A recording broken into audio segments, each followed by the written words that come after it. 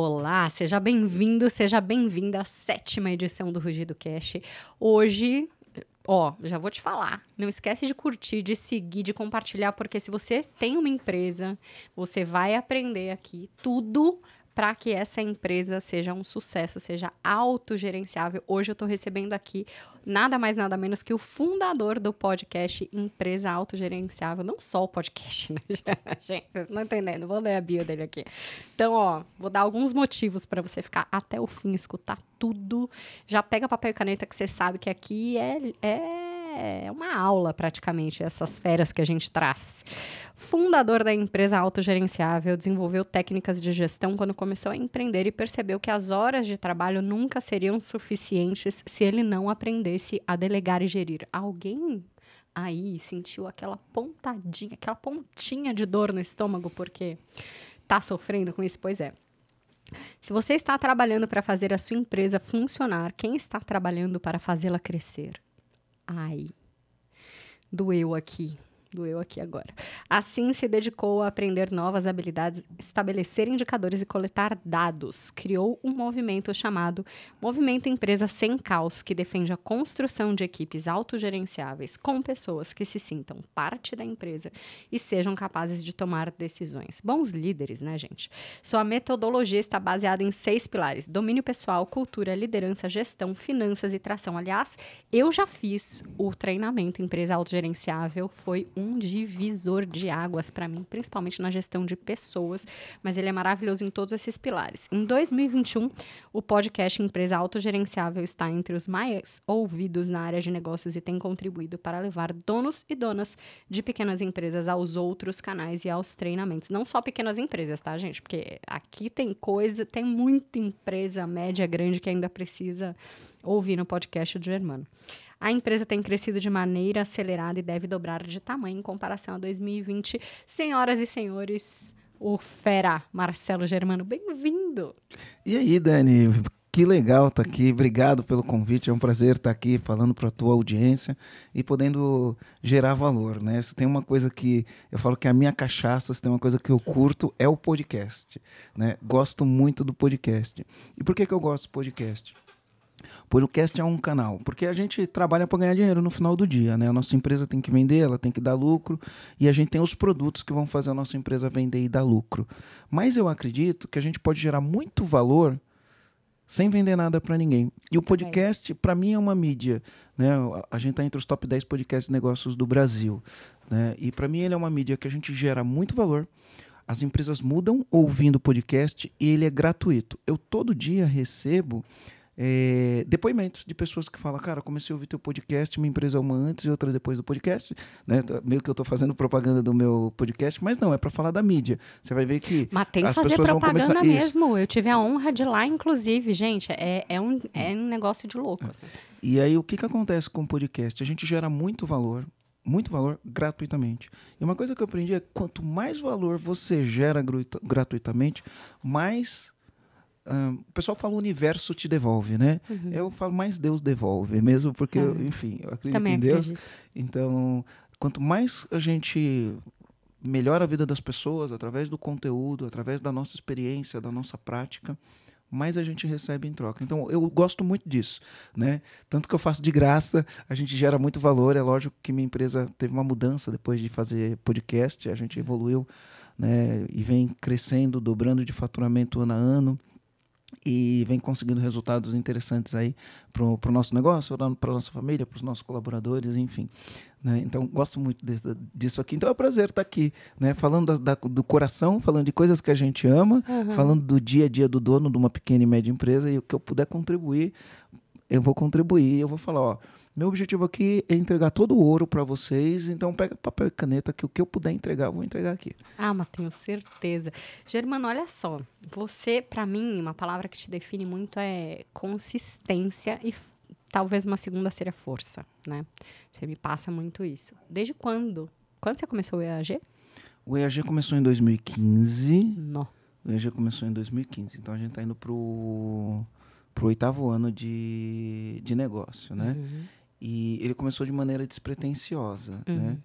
e com muita responsabilidade, antes de mais nada. Ele começou despretensioso e com muita responsabilidade. Quero voltar um pouquinho. Conta um pouquinho da tua história como empreendedor, porque você tem uma história muito incrível, uma jornada muito incrível. E às vezes quem tá aqui ouvindo a gente fala assim, é muito fácil, né? Porque hoje o cara tá lá, uma empresa, dobrando não sei quanto tempo, ela também.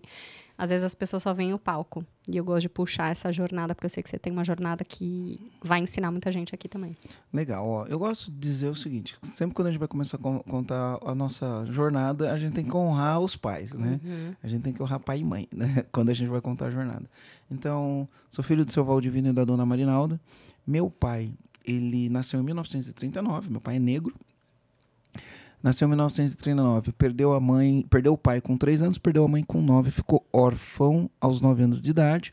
E então a gente está falando 1948, Guerra Mundial ali terminando, né? E num país totalmente preconceituoso. Eu fico imaginando como foi difícil a vida do meu pai, né?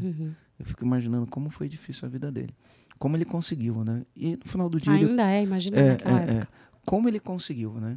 Se a gente acha que foi difícil pra gente, quando eu me coloco no sapato do meu pai, eu falo, foi muito mais difícil pro meu pai. E aí, nessa jornada dele, enfim, engraxou sapato, vendeu picolé na rua, foi lanterninha de cinema e foi trabalhar numa autoescola. Trabalhou numa autoescola, e trabalhando nessa autoescola ele aprendeu o ofício e abriu um escritório de despachante. Né? Abrindo o escritório dele de despachante, ele ficou muito amigo do patrão, ex-patrão dele, que era o dono da autoescola, e minha mãe era empregada doméstica desse patrão dele, que era o Juca Pato. E aí eles conheceram e se casaram. Aí a história da minha mãe não é uma história tão diferente assim do meu pai. Minha mãe é nordestina, nascida em Pernambuco. Naquela época, minha mãe nasceu em 46. Naquela época, as pessoas saíam do Nordeste por conta da seca, por conta da situação, e iam para São Paulo. Eles vinham para São Paulo, né? Até a gente brincava, falava assim. Eles vinham para São Paulo no caminhão Pau de Arara. E minha mãe veio para São Paulo no caminhão Pau de Arara. Horas, né? Dias e dias num caminhão Pau de Arara, né? Para quem não sabe o que é um caminhão Pau de Arara, pesquisa no Google aí, você vai ver que não deve ser muito confortável, não, né? E a vida da minha mãe também foi muito sofrida. Meu avô, ele caía pro mundo. Minha avó, praticamente, 8 filhos, criou 8 filhos sozinha, né? Mas eu tô falando em 1950 e alguma coisa. Não tô falando em 1990. Hoje as mulheres cuidam dos filhos sozinho e, enfim, as mulheres são mais fortes hoje, né? Naquela época não era tão simples assim. Né? Então, minha mãe trabalhou empregada, conheci meu pai, casou. Eu venho de uma família simples, então, mas desde quando eu nasci, meu pai já tinha casa própria. Eu nunca passei fome, eu não entro nesse discurso. Mas eu sei o que é perder tudo, porque a minha infância foi caracterizada por perder tudo. Então, o que é perder tudo? A gente fala assim, ó, o pobre fala que não tem nada, vê uma enchente, ele fala que perdeu tudo. Né? Aí tem gente que dá risada disso, e se você riu disso, cara, não tem graça. Tá? Por que eu falo isso? Porque era assim, a gente tinha uma casa própria, eu tinha cama, meu irmão tinha cama, minha irmã tinha cama, a gente tinha geladeira, tinha fogão. Televisão, às vezes funcionava, às vezes não funcionava. Né? A gente não tinha muito luxo, não tinha carro na garagem, às vezes tinha carro, às vezes não tinha carro, a gente não tinha muito luxo. A gente saía para ir para a escola, aí chovia, enchia. Quando a gente voltava, não conseguia entrar em casa. Aí ficava 2 dias esperando a água baixar. Aí quando a água baixava, quando você entrava em casa, você não tinha mais nada. Você não tinha geladeira, não tinha cama, não tinha sofá. Se você tinha televisão, não tinha mais televisão. Se tinha comida na geladeira, não tinha. E as suas roupas também já não serviam mais para nada. Então, literalmente, perdia tudo. Então, até os meus 17 anos, eu vivi isso pelo menos umas 15 vezes. No mínimo, uma vez por ano, isso acontecia. Era sempre uma vida de recomeço, né? E isso me gerou uma indignação na vida. Mas é uma lição também, né? Porque recomeçar é um aprendizado. Recomeçar um aprendizado. A gente já começa a trabalhar resiliência aí, né? Capacidade de dar a volta por cima. Isso me gerou uma indignação. Não queria isso para mim. Então eu comecei a trabalhar com 13 anos. E eu comecei a trabalhar no escritório do meu pai, né? Ele tinha um escritório despachante, era simplesinho, pequeno. Disso, eu também. E comecei a trabalhar com meu pai.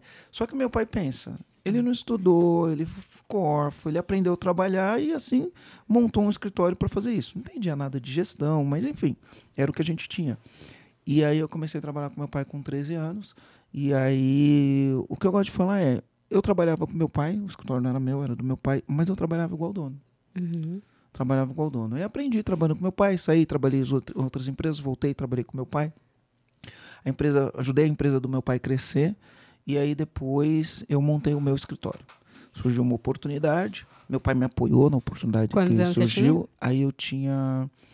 A primeira empresa que eu abri, eu tinha 22, foi em 1996.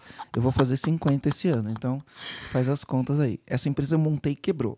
Eu trabalhava com meu pai, montei uma outra empresa, dentro do escritório do meu pai, no espaço, utilizava tudo ali, mas quebramos, não deu certo. E aí, beleza, continuei ali trabalhando com meu pai. Em 98 eu saí do escritório do meu pai e montei um escritório meu, né? E aí o que aconteceu? Era uma oportunidade, porque era um ponto muito bom. E quem estudou marketing em 1990, eu entrei na faculdade em 91, né? E me formei em 94. Mas em 91 eu comecei a estudar marketing e a gente falava de 4 P's, né? Hoje o nosso amigo Conrado fala dos 8 P's, né? Se a gente for querer inventar P, dá para falar de 20 P's do marketing, né? Mas na época só tinha 4 P's, nem internet existia. E aí um dos P's era a praça, né? O ponto onde você está era uma coisa muito importante. É o clássico que se Então aprendia, era produto, preço, praça e promoção. O meu produto era obrigatório, todo mundo precisava. Né? Preço era igual a todo mundo. Então, lógico, dava para fazer guerra de preço, mas o preço era igual para todo mundo. Né? O ponto não era igual para todo mundo. E o ponto era incrível, incrível, incrível. Né? E aí a promoção é a tua habilidade de você promover o que você faz, divulgar o teu negócio, as competências organizacionais que a gente desenvolve, que eu não tinha na época. E aí quando surgiu esse ponto, eu falei, cara, se eu abrir um escritório de despachante aqui, eu vou ficar rico. Era um ponto incrível, incrível. Dentro do hipermercado Extra, foi o primeiro hipermercado 24 horas que abriu no Brasil, tinha 2.500 vagas na garagem, na garagem não, no estacionamento, né? Estacionamento sempre lotado, o dia inteiro, lotado. Um lugar de altíssima circulação. Eu falei, aqui é o lugar para abrir um despachante, eu vou ficar rico aqui. E aí fui lá, fiquei brigando por um ponto, consegui o ponto. Só que aí quando eu consegui o ponto, o cara falou, o ponto é teu, tinha um problema. Eu não tinha dinheiro. Que eu imagino que fosse caro.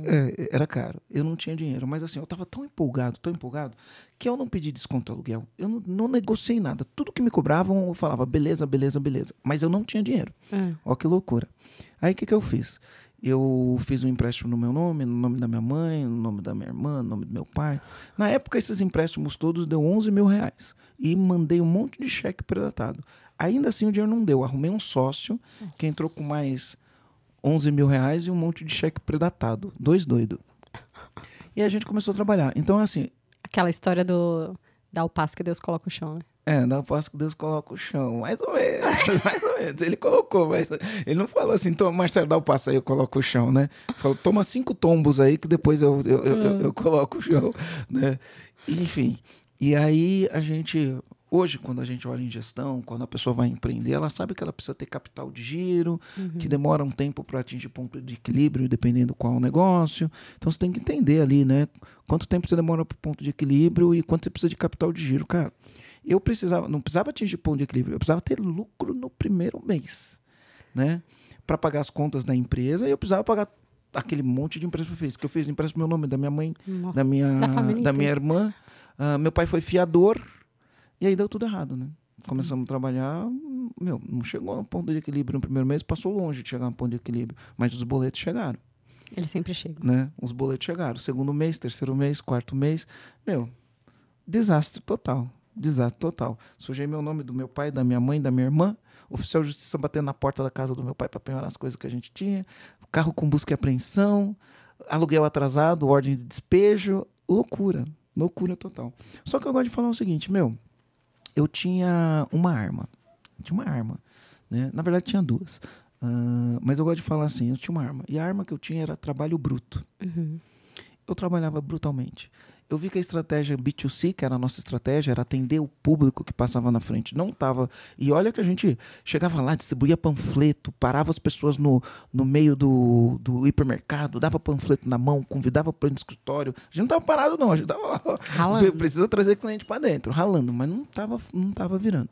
Então a gente mudou a estratégia de B2C, mudou uma estratégia para B2B. O couro comendo, sem dinheiro, nome sujo... E aí a gente falou, vamos começar a trabalhar com grandes empresas que tenham grandes frotas. E aí começamos a prospectar. prospectar, até que a gente conseguiu um grande cliente. A gente conseguiu um grande cliente, ele deu uma oportunidade, a gente deu um show. Isso era parte da cultura da minha empresa, porque tudo eu falava assim, cara, vamos dar um show de bola. Isso faz parte da cultura, né? Pegava um cliente e falava, vamos fazer, vamos deixar o cliente impressionado, vamos detonar, vamos dar um show de bola. Né? Então isso fazia parte da minha cultura. E aí a gente pegou um primeiro grande, era a maior empresa da região, assim, do segmento.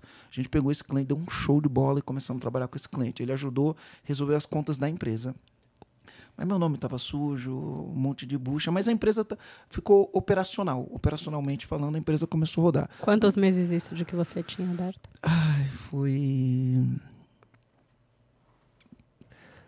Foi depois de 8 meses a gente começou a ficar operacional, mas aí a gente começou a ficar operacional, mas não estava no lucro ainda, mas já estava num equilíbrio. Já estava num equilíbrio. E aí, assim, um dos negócios, você usa o cliente como cartão de visita, né? Por exemplo, se você atende... Fala uma empresa grande que você atende aí. Baby Hotels, por exemplo? Por exemplo, uma multinacional. Você atende essa multinacional, quando você vai chegar em outras empresas do mesmo segmento, porque aí você usa a estratégia, né? Deixa nas empresas do mesmo segmento que conhece essa empresa. Porque provavelmente a pessoa que lida com essa questão lá na empresa conhece a pessoa que lida com essa questão na outra empresa. No mercado as pessoas se falam, né? Então, você tem um cliente num segmento, né? Tem lá o gestor que cuida disso nesse segmento. O que você faz? Mapeia todas as empresas do mesmo segmento, vai no gestor dessas empresas e fala, olha, eu trabalho para aquela empresa, né? Inclusive quem me atende lá é o João, né? Liga para o João e pergunta do meu trabalho. Isso facilita a vida, né? Facilita. Aí o cara liga, ele confirma e fala, cara, liguei para ele falou que isso é bom mesmo, vamos fazer um teste. Aí fui fazendo um teste, aí veio o segundo, terceiro, quarto cliente. Aí quando chegou por volta do ano de 2000, isso foi 98. Quando chegou por volta do ano 2000, eu ainda estava com o meu nome sujo, a empresa estava operacionalmente indo, a gente estava crescendo, mas crescer significa assim, você vai crescer, você vai trabalhar mais, você tem que contratar gente, porque é prestação de serviço, quanto mais você cresce, mais gente você precisa contratar. Crescer rápido, necessariamente, não significa colocar dinheiro no bolso. Sim. Necessariamente não significa, porque você tem um ciclo financeiro e você está trabalhando. Enfim, foi o que aconteceu. Caixa de segurança. Aí, quando chegou no ano 2000, a gente acertou na veia. Mas olha que interessante o acertar na veia, né? E aí, fica um comando aqui para quem estiver ouvindo a gente. As pessoas, elas ficam... eu vejo muito isso nos nossos treinamentos, que as pessoas falam, eu ainda não estou pronto, eu ainda não estou preparado. As pessoas falam muito isso. Quando eu estiver preparado, eu faço isso. Eu falo, não, cara, é diferente. Você tem que fazer isso para ficar preparado. Se você não fizer isso, você nunca vai estar preparado. Então, você tem que fazer para ficar preparado. Quando eu estiver preparado, eu vou vender, vou visitar cliente para vender. Não, vai visitar sem preparo nenhum, porque você se prepara no caminho, entendeu? Então, até isso bota uma pressão em você para se preparar, né? Para acelerar o seu preparo. E aí, o que aconteceu? Eu fui numa grande empresa, do mesmo segmento, numa grande empresa, eu cheguei lá e ele tinha 3 fornecedores que faziam a mesma coisa que eu fazia. Por isso que eu falo, o que é sorte, né? Sorte é uma oportunidade que encontra o cara preparado. Porque se a oportunidade aparece e o cara não estiver preparado, ele nem percebe que perdeu uma oportunidade. Ele nem consegue enxergar que perdeu uma oportunidade, né? E aí o que aconteceu, né? Eu dominava muito o que eu fazia, conhecia muito do que eu fazia. Quando eu cheguei nessa empresa, eles tinham 3 fornecedores lá.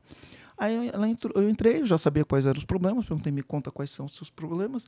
Ela me contou, eu falei, então faz o seguinte, me dá uma oportunidade, tudo o que os outros não estão fazendo. Porque você tem 3 caras que te atendem, o que eles estão te atendendo, deixa eles atenderem, deixa eu fazer o que ninguém está fazendo para você. Ela falou, beleza, eu tenho um monte de problema ali no meu arquivo das coisas que ninguém está fazendo. Eu falei, beleza, então é isso que eu quero, me mostra. Aí entrei, ela começou a mostrar, mas era muito. Pensa num volume gigantesco, era muito. Aí quando eu comecei a olhar, eu falei, isso eu resolvo. E aí, arrebentei a boca do balão. Arrebentei, assim, no primeiro mês, eu lembro que, estou falando no ano 2000 e pouquinho, no primeiro mês, com aquele cliente, a gente faturou R$300 mil. Nossa, que delícia. Pra você ter uma ideia, eu paguei todas as minhas dívidas, né? Na época eu devia quase quase 100 mil, 11 mil tinha virado 100 mil e pouco na pessoa física, né? E para mim, você pensar naquela época, isso era impagável. Era impagável. 100 mil em 2000 é 5 milhões hoje, né? Para mim aquilo era impagável. E aí paguei, comprei apartamento, comprei carro. E foi assim, foi 300 no primeiro mês, 400 no segundo e a bola foi crescendo. E por que eu falei do negócio da sorte, de estar preparado, né? Porque assim, você entende que eles tiveram os 3 que estavam lá tiveram a mesma oportunidade que eu? Com certeza. Tiveram a mesma oportunidade, mas eles não estavam preparados. Eles nem conseguiram enxergar que aquilo era uma oportunidade. Quando eu cheguei lá, eu nadei de braçada, né? Por isso que é importante a gente estar preparado. Não é esperar para se preparar daqui 10 anos. Se prepara hoje, né? Porque quando a oportunidade bater, aí você aproveita a oportunidade. E aí o que aconteceu? A gente deu um boom. Só que nesse boom, pensa que, eu falei pra você, a gente tava ferrado, devendo, então a gente tinha uma arma que era trabalho bruto. E o que era trabalho bruto? A gente chegava às 7 horas da manhã e eu ia até 10 horas da noite, 11 horas da noite, porque era um hipermercado 24 horas. Então ficava aberto enquanto, tem gente aqui, eu tô aberto. Ficava aberto até meia-noite. E durante o dia era prospectando, era indo pro Detran, era fazendo tudo que precisava fazer, era aquela loucura lá. Então a gente tinha um trabalho bruto. Só que pensa, se eu já trabalhava das 7 da manhã até 10 da noite, você vai pegando esses clientes, aí você pega um cliente, você tem que contratar funcionários, você tem que treinar funcionários, você tem que atender o cliente, não dá tempo, você tem que fazer isso. Cara, eu tinha que trabalhar cada vez mais. Aí, dependendo do contrato que a gente pegava, a gente contratava 20 funcionários. Aí você tem que contratar, entrevistar, treinar, correr para dar entrada no Detran, ir no cliente, buscar um negócio. Loucura. Então era trabalho bruto, segunda a segunda. Porque aí você usa o final de semana para tirar atraso. Chega na segunda e fala, opa, tô zerado na segunda. Você tá zerado 8 horas de manhã, né? Quando chegou na segunda, no fim do dia, você já tá atrasado de novo. E aí você fica a semana inteira, né? Quando chega no sábado e domingo, você fala, preciso tirar todo o atraso. Aí você fica o sábado e domingo inteiro tirando atraso. Quando chega na segunda, quando dá 10 horas da manhã, você já tá atrasado de novo. Porque o volume... Parece Gremlins, né? Lembra aquele filme que você jogava água no bichinho e ele se multiplicava? É a vida do empresário. E aí fomos, né? Muita vontade de fazer as coisas acontecerem. A vida ficou boa. Tava trabalhando muito.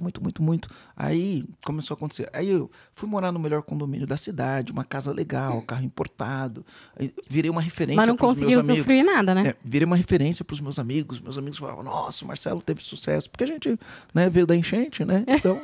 A gente adorei essa frase, a gente veio da enchente. Eu não vim da enchente, mas eu vim. Pra mim virou a melhor metáfora. A gente veio da enchente. Então Por Marcelo Germano, 2023, estamos. E aí meus amigos começaram a falar assim pra mim, Marcelo, assisti um filme e lembrei de você. Isso em 2006. Marcelo, assisti um filme e lembrei de você. Já sei até qual que é, porque eu te sigo. Acho que eu já sei qual que é. Clique? Clique. Clique com a Adam Sandler. Tem um outro que é parecido agora, que é bom também pra enfiar a faca no estômago do empresário, sabe? Depois eu lembro o nome. Beleza. Mas esse fica de sofrer. Como todo mundo tava falando isso pra mim, e dentro do Extra tinha um cinema, então ele era do lado do meu escritório, né? Aí um final de semana que eu tava trabalhando lá, falei pra minha ex-mulher, né? Que era minha mulher na época. Falei, vamos lá assistir, porque tá todo mundo falando que lembrou de mim. Deu uma folguinha aqui, vamos lá assistir o filme. Aí fui lá assistir o filme. Aí eu assisti o filme, ela ficava me cutucando, igualzinho você. Igualzinho. Vida doida. Você tá no final de semana no churrasco, toca o telefone, você vira, fica todo mundo no churrasco, e você tá no telefone, resolvendo problema, atendendo cliente, dando desculpa, falando, eu te garanto. Cliente no cinema com a minha filha. Então era isso, né? Várias coisas. As promessas que fazia, não, ano que vem a gente vai estar com a casa arrumada e aí a gente vai poder viajar. E nunca acontecia. Essas coisas, né? Mas o que aconteceu no filme pra mim? Esse filme, ele mudou minha vida. Definitivamente. O que aconteceu no filme? No final do filme, eu olhei e a minha sensação foi o seguinte. Cara, esse cara era tão pobre, mas ele era tão pobre que a única coisa que ele tinha era dinheiro. Ele tinha muito dinheiro, mas ele era muito pobre. Os filhos... nem reconhecia ele nem reconhecia os filhos, porque perdeu o contato com os filhos. Estava separado do amor da vida dele, doente. Ele não conseguiu ir no velório do pai, quando o pai morreu, sabe? Aquela doente. cena dele com o pai Ai, nossa. aquele que ele volta ali, cara, meu olho enche de lágrimas, assim, só de pensar, cara. É muito forte aquela cena. Eu até coloquei no meu stories outro dia. Eu coloquei no meu stories. Enfim, eu falei, cara, é assim que eu vou terminar? Eu não quero isso pra minha vida. Não quero, definitivamente, não quero isso para minha vida. Preciso de ajuda. E aí tem uma habilidade, isso é uma das coisas que o empresário precisa ter. Essa humildade e vulnerabilidade para falar, eu preciso de ajuda. Porque muitas vezes o empresário é orgulhoso, arrogante, vaidoso e não pede ajuda, acha que dá conta. Eu falei, cara, eu preciso de ajuda. E aí eu comecei a buscar ajuda. Contratei uma consultoria. Comecei a trabalhar, contratei um coach, comecei a fazer um processo para trabalhar a liderança, aí começamos a fazer o trabalho, e aí a gente começou a implementar técnicas de gestão, fui fazer um curso de gestão. Às vezes, não é nem só o ego, né, Marcelo? É a questão de, isso é gasto, não enxerga como investimento, né? E às vezes é isso que você está precisando para crescer, para chegar no ponto que você acha que você deveria estar. A gente tem que entender o seguinte, o maior investimento que a gente faz não é a nossa casa, não é o nosso carro e não é nas aplicações que a gente tem no banco. O maior investimento que a gente faz é no nosso conhecimento, na gente mesmo. Porque tem uma frase que o Paulo Vieira fala que ela tem muito sentido. Ele fala, o que eu tenho é pelo que eu sei. O que eu consegui hoje é pelo que eu sei. O meu conhecimento me trouxe isso. O que eu não tenho é pelo que eu não sei. Porque se eu soubesse, eu já teria. Então, o melhor investimento que você pode fazer é em você mesmo. Porque é o que você conhece, as habilidades que você desenvolve que te leva num outro nível. Se você não chegou no nível que você quer chegar ainda, é porque você não conhece, é porque você não desenvolveu a habilidade, é porque você não desenvolveu as competências que precisa para fazer isso. É um soco, né? Dá para fazer assim, pá! Né? Então, se você está sofrendo, se você está patinando, se você está nadando contra a corrente, é porque está faltando conhecimento, está faltando habilidade, está faltando atitude, né? Está faltando chá, conhecimento, habilidade e atitude. Então, para um tempo, respira e vai buscar o chá, né? E aí você contratou a consultoria, começou todo o trabalho. Comecei o trabalho, vamos implementar processos de gestão, né? Vamos criar indicadores, vamos criar as reuniões semanais, vamos fazer acompanhamento, e a gente fez tudo. Tirou ISO 9000 até, tirou o certificado de qualidade, ISO 9000, e fizemos um monte de coisa. E aí, a empresa estava melhor, a gente conseguiu ajustar muitas coisas, tinha menos reclamação, mas era um volume de trabalho ainda intenso. Eu fui conversar com o consultor, falei, cara, a gente fez tudo o que você falou, cara, mas eu continuo nas 14 horas por dia. Aí eu falei, qual que é, né? E ele falou assim para mim, Marcelo, a cultura da sua empresa não funciona. Eu falei, cultura, meu? O que é cultura, meu? 2007, 2008. Ninguém falava disso. Porque isso eu comecei final de 2006, agosto de 2006. Né? Acho que final de 2007 eu já tinha certificado ISO 9000. E aí o cara falou, cultura. Eu falei, cultura, cara? O que você está falando? Que papo é esse? Ele falou, cara, a cultura da sua empresa ela não funciona. Aí eu fui estudar o que era cultura, né? Eu falei, não sei o que é cultura, deixa eu estudar, deixa eu aprender. Aí eu fiz uma pós-graduação na FIA, USP. Gente, o Germano, ele é desses. Eu não entendo o negócio. Não, eu vou fazer uma pós-graduação. Não é que eu vou... Na época, a melhor escola de negócios do Brasil era a FIA USP. Eu falei, deixa eu entender essa parada. Né? E aí, enfim, comecei a estudar, entender o que era cultura. E aí você começa o trabalho, né? Começa o trabalho, entender o que era cultura. E qual que era a cultura que estava errada? Porque assim, a base de um negócio, a gente fala de 6 pilares, né? Então, a nossa metodologia ela é baseada em 6 pilares. Então, quando você vai pilar, o que são os nossos pilares são os fundamentos. Por que a gente fala de fundamento? Porque se você for construir uma casa, você não vai começar a construir a casa pelo telhado. Sim. Não dá para fazer isso. Se você for construir a casa, você tem que... Primeira coisa é desenhar. Chama o arquiteto e desenha a casa. Ele vai desenhar, depois que ele desenhou, você fala, legal, vou começar a construção. Aí você vai chamar um engenheiro, calculista, e ele vai fazer o cálculo estrutural. Quando ele fizer o cálculo estrutural, você faz a fundação da casa. Se você errar aí na fundação, ferrou. Desmorona. Ferrou, a casa vai desmoronar, vai dar problema. Você fez uma boa fundação, aí você pode levantar parede, bater laje, levantar parede, beleza. A casa tem uma fundação boa, não é um castelo de areia, né? Se você fizer no castelo de areia, uma hora o castelo de areia desmorona. E o que acontece? As empresas não começa com uma boa fundação. Não começa do jeito certo, Não né? começa com uma boa fundação, né? O cara começa igual eu comecei, na loucura, na energia, na força bruta, né? Eu falei que eram 2 armas, né? Uma é energia e outra a fé, né? Só para não esquecer, né? Então, a fé, né? Eu sou cristão, eu tenho minha fé cristã. Não se trata de religião, né? Mas a fé, né? Então, eu orava. Né? Orava, enfim. Orava e executava, né? Porque não adianta orar também.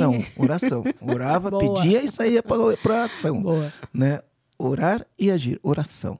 Né? Então era outra arma e continua sendo minha arma até hoje. Né? Oração é uma arma poderosíssima. E aí, o que acontece? Eu fui começar a entender que isso é fundamento da empresa, né? Então, a cultura é um fundamento. Na nossa metodologia, a gente tem 6 fundamentos. Então, por exemplo, eu percebi assim, a gente tirou ISO 9000, tem política de qualidade, quando você entra na empresa, você olha na parede, está escrito visão, missão e valores. Aí você olhava para mim e falava, né? Se você fosse perguntar, Marcelo, qual que é a visão, missão e valores da sua empresa? Eu tinha que ir lá na parede, olhar para entender o que era, para entender onde eu queria chegar, que eu fui na internet, dei um Ctrl+C em algum lugar ali, dei um Ctrl+V no visão, dei um Ctrl+C, Ctrl+V, e as visões é tudo assim, se tornar referência nacional. É Ctrl+C, né? O que é isso? O que significa ser referência? Como você sabe se é referência ou não, né? Mas para mim isso não era óbvio, era um protocolo que eu tinha que cumprir. Aí ele tava lá, missão. Missão, você entra no site de alguém e vê uma missão. Fala, isso é bonito. Você vai lá, dá Ctrl+C e cola. Mas quando pergunta você, qual que é a tua missão? Por que você faz o que faz? Por que você acorda todo dia? O cara não sabe responder. Aí valores, né? Aí fala assim, valores. Quais são os seus valores? Aí você vai lá, olha uma empresa que você admira, vê os valores. Aí de repente a empresa tem um valor lá. Uau! Aí você vai lá, põe no teu valor. Uau! Às vezes a empresa tem lá senso de dono. Aí você põe, senso de dono é legal, vou colocar assim, senso de dono. E aí você faz isso. E aí quando eu comecei a estudar cultura, eu entendi que cultura não é um negócio que você põe na parede. Cultura é o que você vive. Né? Então, por exemplo, quando eu falo a cultura do povo brasileiro, todo mundo sabe que é a cultura do jeitinho brasileiro. Mas se você for para Noruega, é outra cultura, não tem jeitinho brasileiro lá. Né? Então, isso é cultura, é o que você vive no final do dia, né? que faz diferença. Então, começamos a trabalhar cultura, a gente foi entendendo, foi formando os líderes dentro daquela cultura, a cultura do show de bola, a cultura de pegar para fazer, a cultura de impressionar o cliente, a cultura da responsabilidade. Né? Então, a gente foi criando. E aí, o que é a cultura da responsabilidade? Vamos pensar na palavra responsabilidade, né? O que significa responsabilidade? Se você pensar em responsabilidade, é habilidade de responder ao que a situação te apresenta. Então, o que é responsabilidade? Vai dar alguma coisa vai acontecer e você, ao acontecer aquilo, você tem que ter uma habilidade para responder aquilo, né? A irresponsabilidade, para mim, é quando você não tem habilidade de responder ao que acontece, né? Diferente do que muitas pessoas pensam, né? Então, a gente tem que ter... Aí colocou uma cultura de responsabilidade. A vida te apresentou isso, você tem que ter uma habilidade para responder o que a vida oferece. Enfim, a gente começou a trabalhar esse negócio da cultura, a gente decolou e eu consegui, né, ter mais tempo. Aí, ao longo do tempo, o que aconteceu? Aconteceu isso. Eu conseguia já tirar férias, penso que até 2008, que foi o ano que minha filha nasceu, e foi o ano que eu fui fazer a pós-graduação, cara, eu não tinha tirado férias. Eu saía de manhã, minha filha estava dormindo, eu voltava à noite, minha filha estava dormindo. E aí, quando foi 2009, enfim, fazendo trabalho duro de verdade, porque trabalhar cultura dá trabalho, aí eu já conseguia tirar 2 férias por ano, eu já conseguia ver minha filha, a vida foi melhorando. E aí eu fui morar nos Estados Unidos, fiquei morando um tempo nos Estados Unidos, 7 meses, voltei para o Brasil, a empresa rodou, funcionou, cresceu, eu me mudei para Floripa. Aí pensei, eu tinha uma empresa em São Paulo, São Bernardo do Campo, e morava em Floripa. Aí montei outra empresa em Floripa, né? Porque a gente tem comichão, tá parado, montou outra empresa. Porque eu já não tinha problema, eu tinha menos problema, eu fui arrumar mais problema para minha cabeça. Problema, modo de falar, desafio. E aí o que aconteceu foi que as pessoas começaram a falar, como você consegue? Como você consegue ter 2 empresas? E pensa que eu já tinha mais de 100 funcionários na época, né? Como você consegue? E aí quando eu conheci o marketing digital, né? a galera que estava começando com marketing digital ganhando dinheiro, eles eram empreendedores, eles não eram empresários. Sim. Então, lança um produto, faz fórmula de lançamento. Sou muito grato ao Érico pelo fórmula de lançamento. Faz fórmula, lança, 6 em 7, 7 em 7, o cara ganha 1 milhão, tá ali, mas ele não tem uma empresa, ele não sabe o que é isso. Sim. Ele não tem a fundação da casa. Ele começou Menos ganhando dinheiro. Ele quem- começou pelo telhado. Aham. Começou pelo telhado. Aí, lógico, uma Que hora foi isso, meu caso. isso cobra o preço. Uhum. E a cobra o preço, a vida vira caótica, né? Aí os caras me ensina. Aí eu comecei, falei, tá bom, vou ensinar. Então, em 2015 eu comecei. Mas antes de começar, eu fiquei 2 anos indo para os Estados Unidos, estudando todas as metodologias para poder começar, para achar que eu tinha o direito... Perfil analítico conforme. Para achar que eu tinha o direito de poder ensinar alguém, eu fui me preparar, Aham. né? E aí, beleza. Aí comecei despretensioso. E aí essa empresa em Floripa era o EAG. Antes eu tinha Connect, tenho até hoje, né? Eu tenho 5 hoje, né? Mas aí eu montei o EAG. Que... Esse é o cara que pode ensinar para você sobre empresa autogerenciável. Pessoa que tem 5 empresas, gente. Quase Mas morrendo com olha, uma. ao longo do tempo, a gente vai mudando nossas percepções das Sim. coisas, né? Aí, assim, o que é melhor? É você ter 5 empresas, né? No meu caso, eu não divido minha atenção. Meu foco é 100% no EAG. Mas eu tenho as outras empresas. Mas o que é melhor? Você ter 5 empresas onde o foco está dividido, ou você ter uma única empresa que você vai fazer um negócio que vai impactar o mundo de uma maneira diferente. Sim, com E certeza. teu foco está naquela empresa. Porque uma empresa que vai impactar o mundo, que é o que eu acredito que a gente está construindo, Com certeza. ela precisa do teu foco, da tua atenção e da tua dedicação. Então, Eu costumo dizer assim, onde você foca a energia expande. então, assim, ó, por métrica de vaidade, é legal falar, eu tenho 5 empresas, né, mais de 200 funcionários. Se alguém quiser fazer um cheque e comprar as outras 4, eu fico só no EAG e tá tudo certo. Olá, pessoal. Fica a dica. Porque é uma métrica de vaidade, sabe? Sim. Tenho 5 empresas. Legal, cara, mas como que você está impactando o mundo? Não, sabe? Não tá dando Não, o teu e de máximo? Tá fato- atingindo a plena performance? Eu sei que vocês têm essa métrica. Quantas empresas vocês já impactaram no EAG? A gente tem 6 mil clientes, a gente tem a métrica de impactar 100 mil clientes. Olha isso. 100 mil clientes. Isso é um legado, gente. É um legado, porque são os pequenos e médios que movimentam o país, de fato, né? E são os que são esquecidos, renegados, que não tem apoio. A gente não tem uma educação, né? Pô, somos guerreiros, né? Nós que estamos aqui. Eu também comecei a trabalhar com 13 anos no escritório da minha mãe, que é contadora, até hoje se mata de trabalhar. Quase a mesma escola. Exatamente. Aliás, tem pessoas que confundem, né? E Tem eu- pessoas que eu- fala que é despachante, ele fala que eu sou contador. Tem pessoas que você fala que é contador, o cara acha que você é despachante. Né? E eu comecei pelo telhado também, né? Comecei com infoproduto. Na verdade, comecei no varejo, deu ruim. Aí depois, né, quando eu saí do jornalismo, comecei no varejo, deu ruim, foi uma baita escola. Daí fui começar sozinha mesmo, sem sociedade, que eu também tinha sociedade com meu ex-marido. Depois fui sozinha abrir a Rugido, que era Rugido Cursos ali, digamos, né? E comecei total pelo telhado. Então, para mim, foi um aprendizado, assim, na raça. No errar, acertar, errar, aprender, acertar, errar, aprender. Como a gente estava falando antes de começar, né? O errar rápido. O gato caiu do telhado. Né? Tipo, exatamente. Então, ROI, ROA, lucro, tudo. Gestão de pessoas. Eu tinha pânico de falar, o quê? Tem que ter equipe? Não. Melhor não, deixa quieto. Então, aí tem crenças, tem bastante coisa. E aí, quando eu comecei, a metodologia, ela tinha 3 pilares. Que era cultura, porque se tem um negócio que virou... Sabe o que é engraçado? Hoje, quando eu falo cultura, muitas pessoas têm um nível de consciência e entendem a importância da cultura. Não são todas, ainda é um número muito pequeno. Mas é aquele nível de consciência, eu sei que esse negócio eu tenho que cuidar da cultura. Mas eu não sei muito bem o que é. Isso, mas as pessoas têm um nível de consciência... E acha, às vezes, que é de coisa de empresa grande, não tem isso também? Tem, mas assim, hoje é mais aceitável falar de cultura. Cultura de vendas, cultura de resultado, soa bem. Porque a gente não fala cultura de vendas, cultura de resultado, cultura de atendimento ao cliente, cultura de experiência de superatendimento, né? Hoje a gente ouve falar isso. Naquela época era só cultura. Cultura organizacional, é um nome até esquisito. Né? E, então, esse era um dos pilares. E aí, o que acontece naquela época? Quando eu ia falar de cultura, porque hoje é legal falar de cultura, bastante gente está falando, esse termo está difundido, mas não era. E aí, quando eu ia falar de cultura, os caras falavam, que cultura, que nada. Funcionário quer ganhar dinheiro, você paga mais, ele trabalha. Achava isso, as pessoas acham, né? Achavam, né? E tinha os que achavam isso e nem pagava mais para os funcionários, achando que ia dar resultado, né? E eu falava, meu, tem que cuidar da cultura, atrair as pessoas que acreditam na mesma coisa, que têm os mesmos valores, né? Você tem que olhar para isso, você tem fit cultural. Então, eram esses pilares, a cultura. Então, a gente tinha uma metodologia para desenvolver cultura, que é criar um ponto de vista educativo para você educar não só você, mas como todo o teu time, sobre qual que é a tua cultura. E o que é esse educar com um ponto de vista educativo? Vai anotando isso e faz isso na sua empresa, pelo amor de Deus. Né?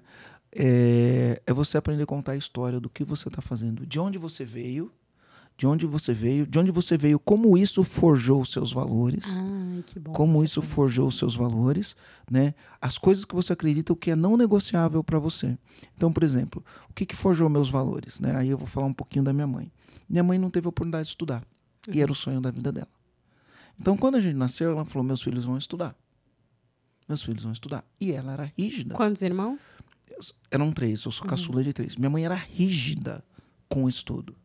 Era rígida. Sabe aquele negócio? Era assim, a minha lição foi o seguinte.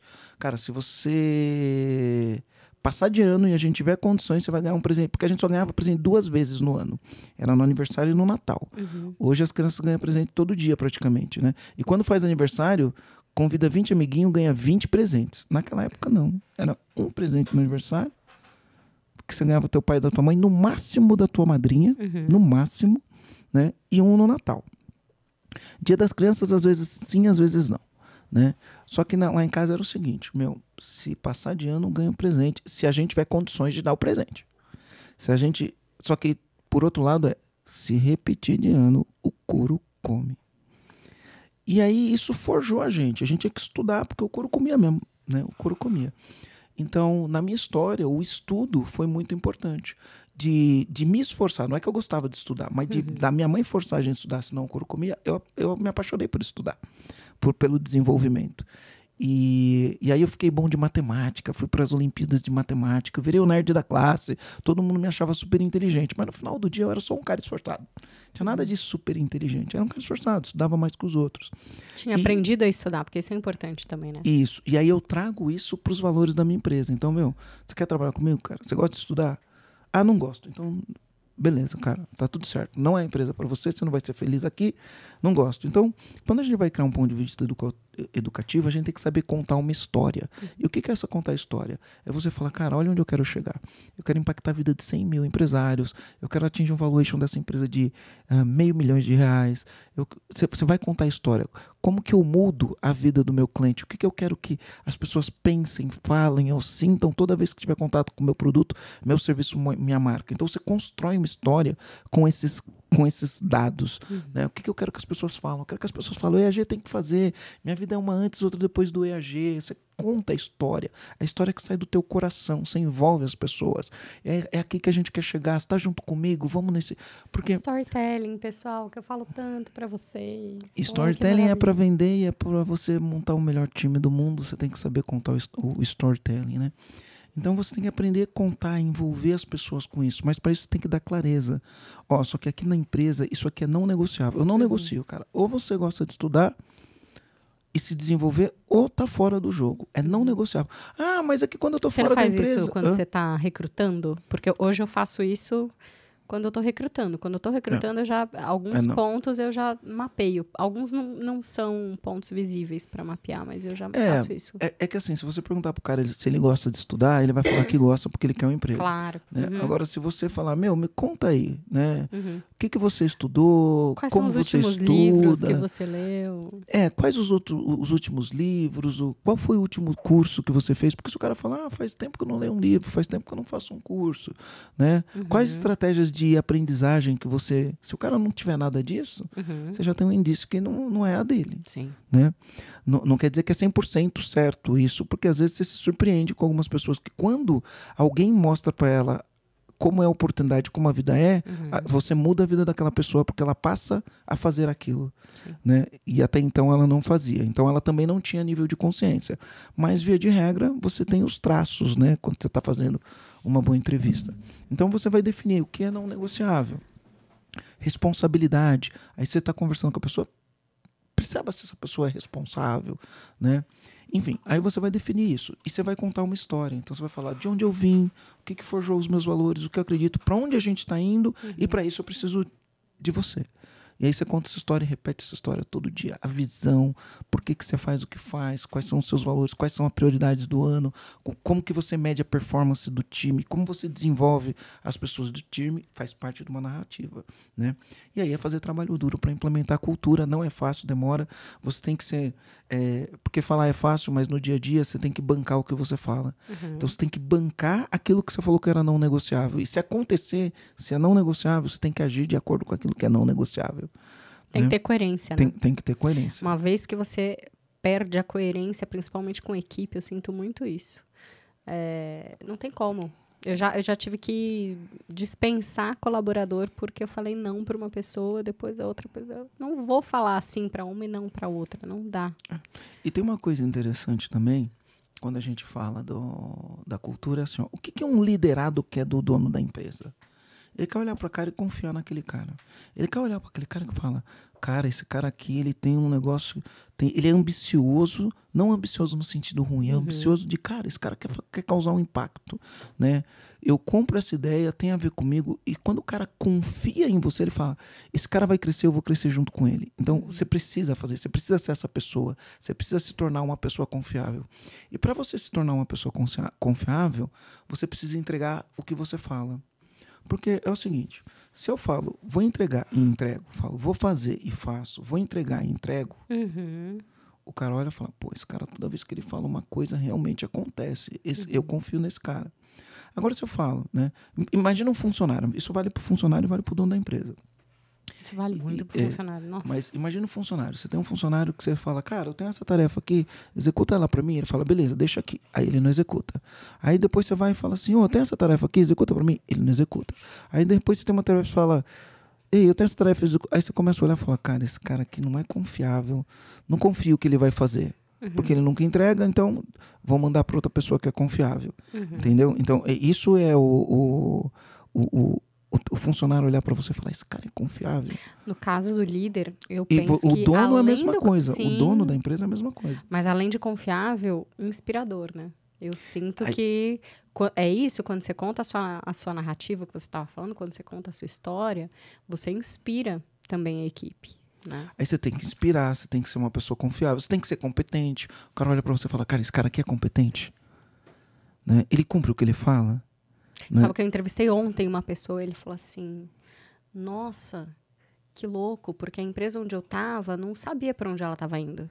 Eles estavam crescendo, mas ela não sabia onde. Eu tô entendendo que você tem uma visão, que você sabe onde vocês vão chegar, vocês estão... Então, o colaborador, ele se sente mais seguro até na hora de atração de talentos, não é não? É isso. Esse é o poder de você ter uma cultura, mas ele olha e fala, caramba, eu nunca vi isso em lugar nenhum, cara. Vocês têm energia. Aliás, né, um dos elementos da cultura é a energia, como você energiza seu time. Não, eu adoro... Gente, preciso contar isso pra vocês aqui. Marcelo Germano me manda uma mensagem assim, bom dia, está chegando? Você está feliz? Conta sobre esse está feliz. Cara, mudou a minha energia. Eu tava no carro, eu aumentei o som, falei assim, verdade, olha aqui, tanta coisa que eu tenho que ser grata, eu sei que eu tenho tal e tal e tal e tal e tal desafio hoje pra resolver. Tô cansada, mas assim, bora. Mudou, te juro por nem te contei isso, mas mudou a minha energia. Conta essa história do Você Tá Feliz. Tem duas coisas aqui no Tá Feliz. Tem ciência e tem marketing. Beleza? Vamos falar primeiro do marketing, depois a gente fala da ciência. Tá. O marketing é o seguinte, hoje, no mundo que você tem internet, que todo mundo fala a mesma coisa, você tem que ter a sua própria linguagem que te diferencia dos outros. Fala, e aí, tudo certo, todo mundo fala, né? E aí, tudo bem, todo mundo fala. E aí, tá feliz, ninguém fala. As pessoas ficam até surpresas quando você fala. Já aconteceu Virou um bordão seu já com as pessoas. Já aconteceu de eu falar, e aí, tá feliz? A pessoa falar, feliz por quê? Né? Já aconteceu. Por quê? Porque as pessoas não estão acostumadas a ouvir. Então, isso cria marca. Isso cria marca. Né? Então, eu chamo... Olha, né? a dica de marca pessoal. Isso aí, cria gente. marca. Então, eu chamo as pessoas de comandante. Né? Quando eu vou bater foto, eu bato foto assim, para quem estiver vendo no YouTube, como se eu estivesse batendo continência. Né? Porque é comandante. E o comandante é uma questão de... Você comanda a sua empresa ou é a sua empresa que comanda? Não é uma questão de comando e controle. É uma questão de... Você está comandando o teu negócio para levar onde ele tem que ir. E aí, eu faço esse símbolo. Por quê? Se alguém fazer, é meu. Não é que é meu, né? Mas se algum concorrente meu fizer isso, vão olhar e falar, cara, você está copiando o Marcelo, para, né? Porque as pessoas... Se você olhar, ó, eu comecei... E não estou falando que essa frase é minha. Não estou falando que ela é minha. Mas eu comecei no Brasil falando assim, a empresa é um reflexo do dono. O liderado é reflexo do líder. Hoje, todo mundo que trabalha com isso escreve a empresa é um reflexo do dono. Então, isso não diferencia ninguém falar que a empresa é um reflexo do dono. Eu falo. Eu que trouxe essa narrativa. Eu que comecei falando, a empresa precisa de cultura, liderança e gestão. Hoje, todo mundo fala que a empresa precisa de cultura, liderança e gestão. Essas coisas não te diferenciam. Mas fala, e aí, comandante, tá feliz? Se o cara começar a falar isso, vai falar, pô, cara, você tá de sacanagem, né? E comandante é uma palavra muito forte. Né? Porque tem uma série de atributos ligados a ela. Assuma o comando da sua vida. Pô, essa hora eu falo, cara, preciso assumir o comando da minha vida. Agora assuma o comando da sua empresa. Falo, opa, preciso também disso, né? Então, tem essa questão do marketing, de você ter elementos, né? Tem elementos que te diferenciem. E construam a sua marca pessoal. Isso. Aí, né, não dá para você chegar lá e fazer assim, sei lá, eu vou lá, ponho uma empresa de calçados Joaquim, just do it. Não dá, sabe? Pô, cara, just do it. Just do it é Nike, cara. Não vem com essa que não cola, não passa. Então, isso é uma estratégia de marketing, né? Mas tem a ciência. Porque assim, ó, depois, enfim, como eu gosto de estudar, porque eu fui forjado a estudar, eu entendi o seguinte, que a gente fica sempre esperando conseguir alguma coisa na vida para ser feliz. Tá, quando eu tiver essa casa, quando eu tiver esse carro, quando eu pagar minhas dívidas, quando eu tiver dinheiro, eu vou ser feliz. Né? E a ciência ensina que é o contrário. Primeiro você é feliz, depois você consegue tudo isso. Por quê? Porque pessoas felizes, elas sorriem mais, elas têm uma vida mais leve, elas executam mais, né? Porque quando você faz com felicidade, você faz mais, você produz mais, né? Você está feliz, você produz mais. A pessoa que não está feliz produz menos, procrastina mais, enrola mais, né? Então, na ciência, primeiro você é feliz, depois você tem sucesso. E para mim isso faz todo sentido e é lógico. Se eu fosse falar aqui, eu conseguiria falar 8 horas sobre o tema, sobre os estudos, daria exemplos aqui. Mas resumindo, né, felicidade dá lucro. Então, tem que estar feliz. Quando eu faço a integração dos meus funcionários, eu pego e falo assim, ó, a empresa é lugar de gente feliz. O Abílio Diniz falava isso. Pão de Açúcar, lugar de gente feliz.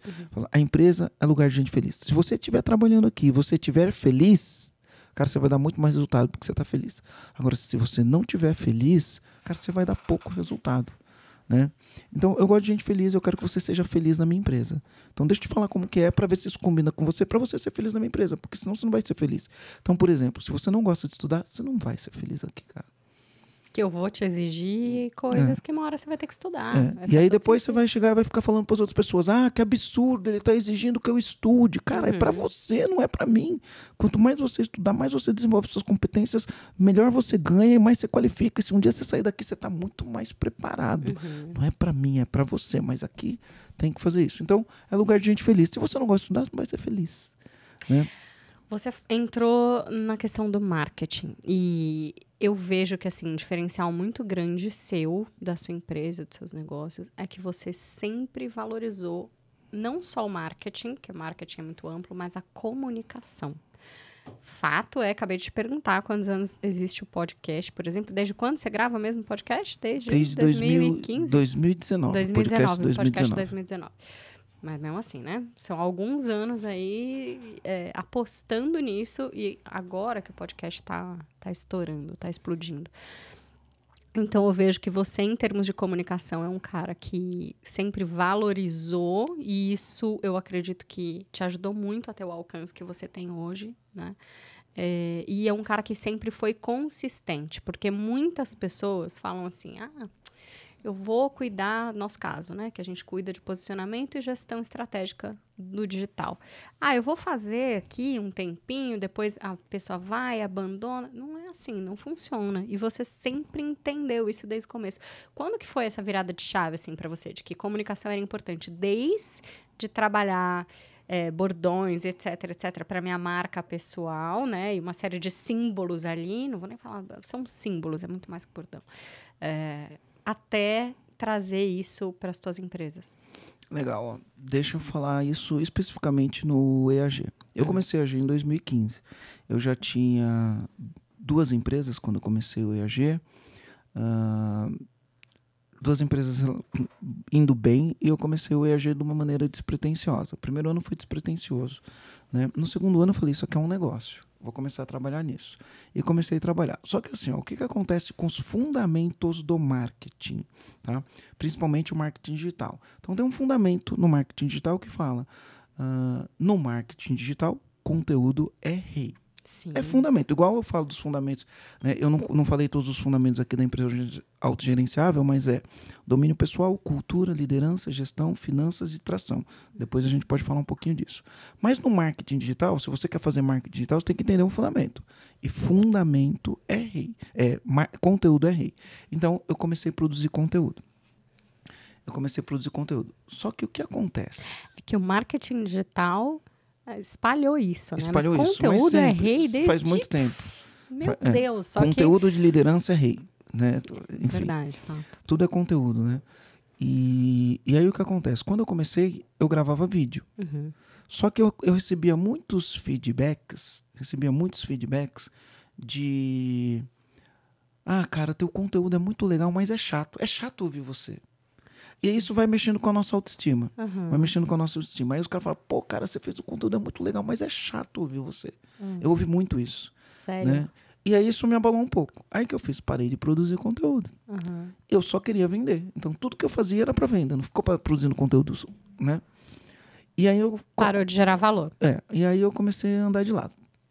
Andar de lado. Você lembra que eu falei que todo dono de empresa precisa de ajuda? E aí, cara, eu não tava perdendo dinheiro, mas eu não tava satisfeito com o que estava acontecendo, né?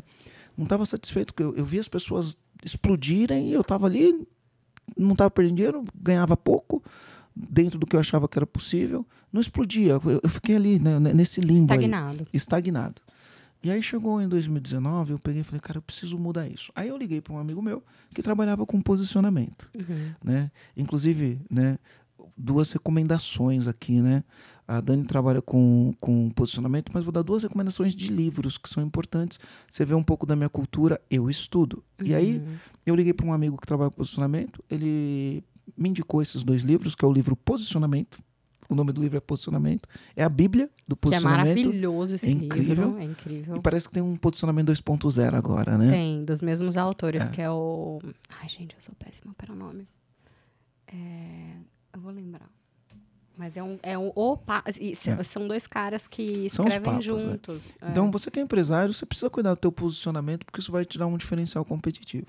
E ele pediu para eu ler o livro Tribos. Que ele fala que você precisa criar sua tribo. Então, todo esse negócio dos elementos, dos jargões, de como você cria a sua comunidade, eu aprendi, enfim, lendo esses livros. E aí... All Rise e Jack Trout. É o nome dos autores. All Rise e Jack Trout. All Rise é o cara de posicionamento. O 2.0 eu não achei tão bom, assim. O primeiro é maravilhoso. E o Tribus deve ser sensacional também. Eu não li, tá na minha lista depois que a gente... Depois que eu fui no seu podcast, você falou dele. Ele é incrível. E aí, eu liguei pro Fernando e ele falou assim pra mim, ele falou, Marcelo, porque eu liguei pra ele e falou assim, cara, meu tráfego não tá funcionando, tô precisando de um cara pra fazer meu tráfego. Tráfego é outra coisa, né? A mente às vezes dá uma embaralhada, né? Tô precisando de alguém pra fazer meu tráfego e eu preciso de alguém pra fazer minha copy. E aí ele mandou assim, na lata ele mandou pra mim, Marcelo, não tem tráfego e não tem copy que vai resolver o teu problema. Eu falei, fala mais. Ele falou, o teu problema é posicionamento. E aí me deu um soco no estômago. E aí ele falou assim pra mim, Marcelo, você fala com dono de empresa. Dono de empresa, o perfil característico é D.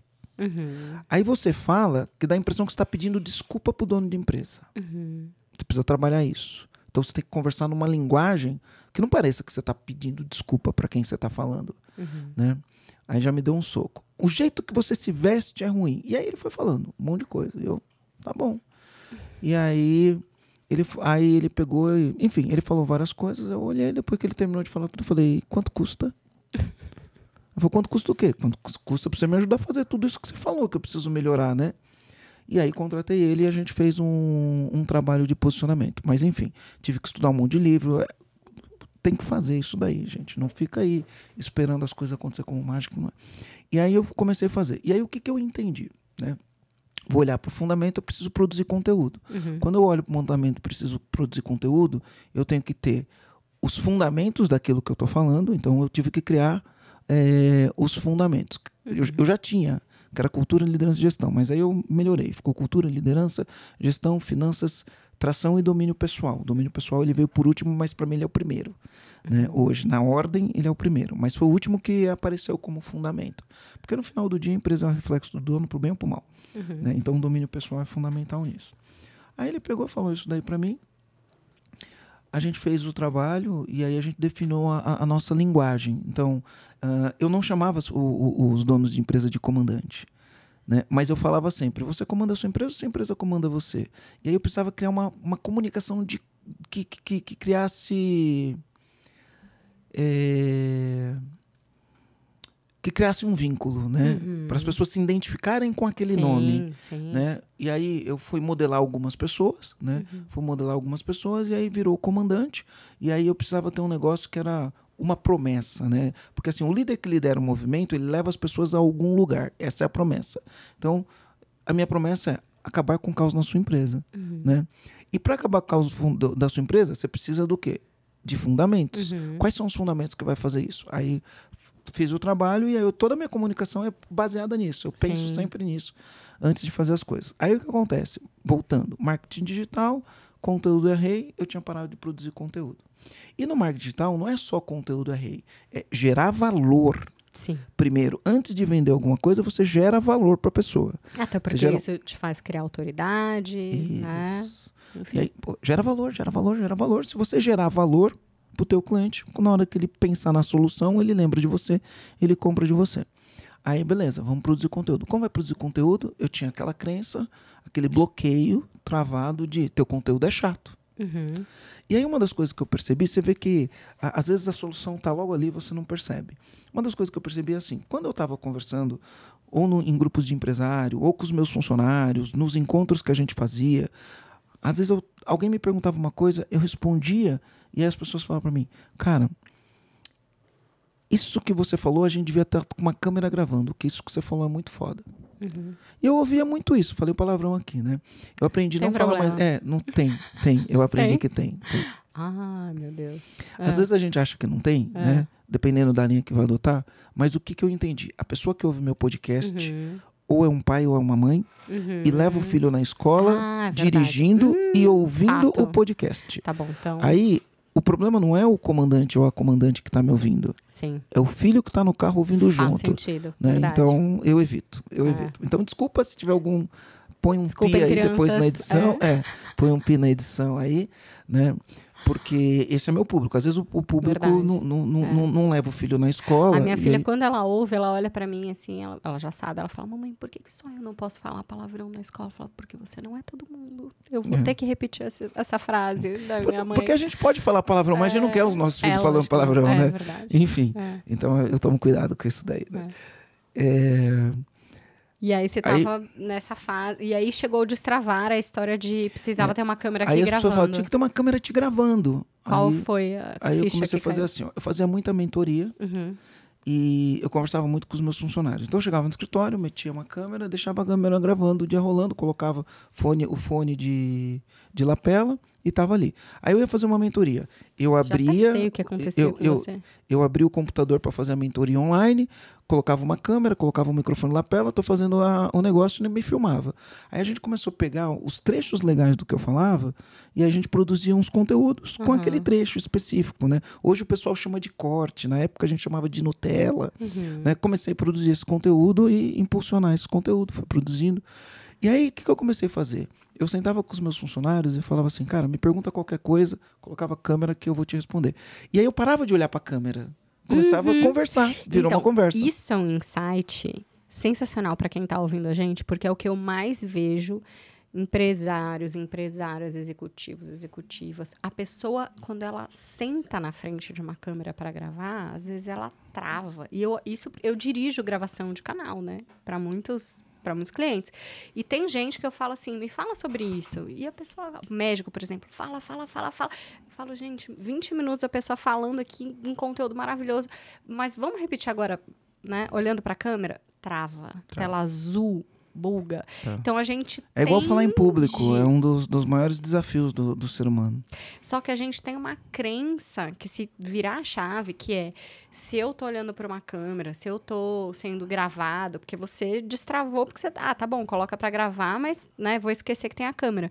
Mas, às vezes, a pessoa só de lembrar que ela tá, né, sendo gravada, por mais que ela não esteja olhando para a câmera, ela trava, porque tem uma crença de que eu tenho que falar rebuscado, eu tenho que usar palavras depois eu vou falar disso. Eu vou falar disso. E a melhor aliás, a comunicação mais difícil que tem é você usar o discurso mais famoso do Churchill. É um discurso onde ele tem 2 a 3 sílabas, cada frase.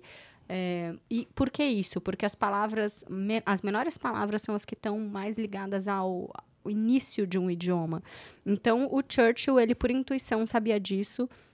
E foi um discurso que ele usou para convencer os britânicos a continuarem agora eu não lembro se é a Primeira Guerra ou a Segunda Guerra. Você assistiu no Brasil, ele foi a força de um destino.